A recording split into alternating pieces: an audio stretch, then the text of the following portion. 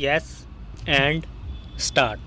Honorable members, in order to develop healthcare facilities across the country, commensurate expansion in medical education is equally important. In 2014, there were only 387 medical colleges, but today there are 562 medical colleges in the country. In the last 6 years, there has been an increase of over 50,000 seats at the undergraduate and postgraduate levels in medical education.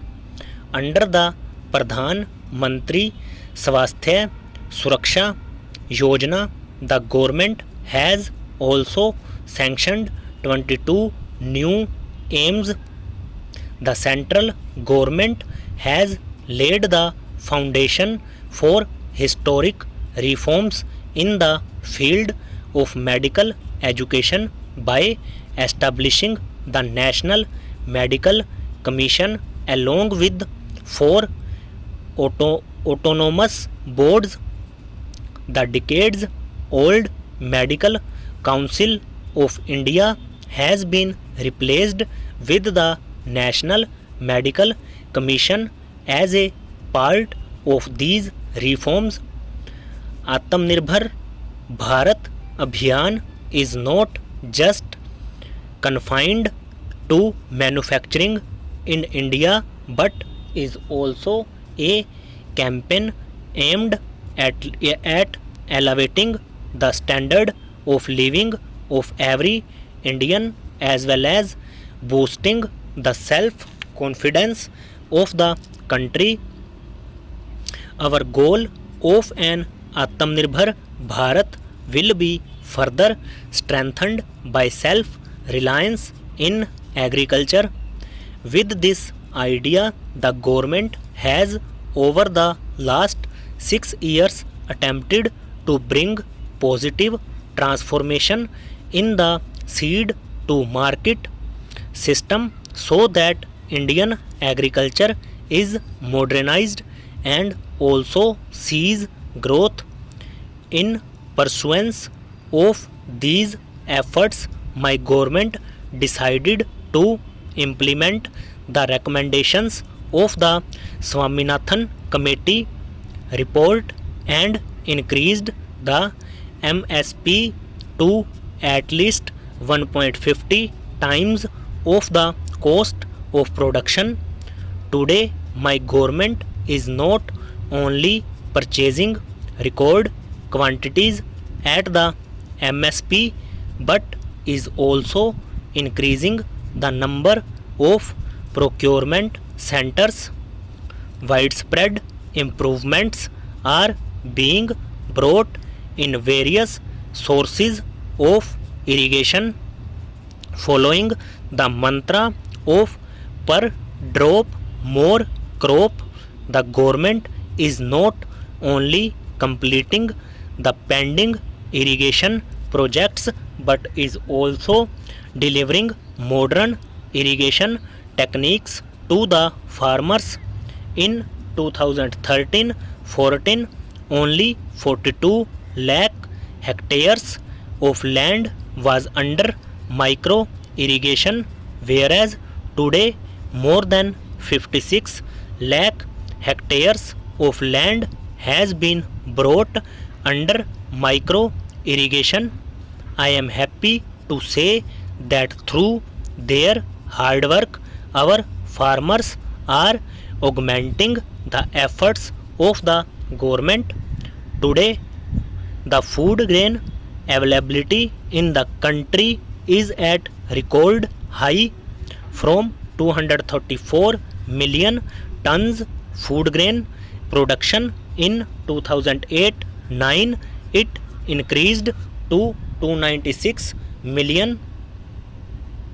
Honorable members, in the agricultural sector, the need of the hour is to focus our attention on the small and marginal farmers who own only 1 or 2 hectares of land. More than 80% of the farmers in the country, numbering over 10 crore, fall under this category. My government accords priority to these small and marginal farmers too, in order to provide expenditure support to these farmers. Almost rupees 1,13,000 crore have been directly transferred to their bank accounts under Pradhan Mantri Kisan Samman Nidhi.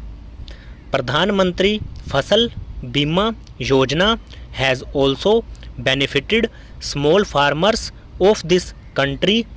Under this scheme, in the last 5 years, about rupees 90,000 crore has been paid as compensation to the farmers against premium of rupees 70,000 crore. The mission for setting up 10,000 farmer producer organizations by bringing together small farmers of the country is also an impactful step. This has ensured access of small farmers to better technology, additional credit, post harvesting processing and marketing facilities, and insurance coverage during natural calamities on the same footing as the rich farmers. This has also provided an alternative to farmers for securing remunerative prices for their produce and generating greater savings.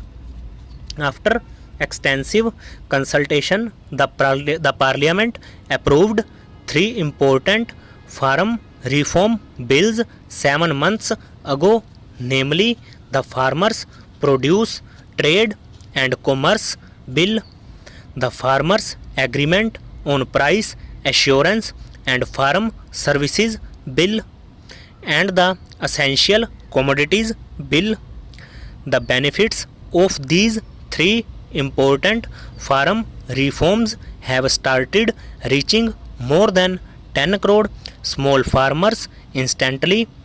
Appreciating the advantages that these reforms would bring to the small farmers, several political parties who had from time to time expressed their support. The discussions over these farm reforms in every part of the country for over 2 decades, and the demand for these reforms at different fora were also reflected during the deliberations in the House. Presently, the Apex Court has stayed the implementation of these laws. My government respects the decision of the Apex Court and shall abide by it. My government holds in high esteem the values of democracy and sanctity of the Constitution. It is continuously making efforts to dispel the misunderstanding created in the context of these laws. My government has always respected freedom of expression and holding of peaceful agitations in a democratic setup. However, the recent acts of dishonoring the national flag and showing disrespect to the auspicious occasion of the Republic Day are unfortunate.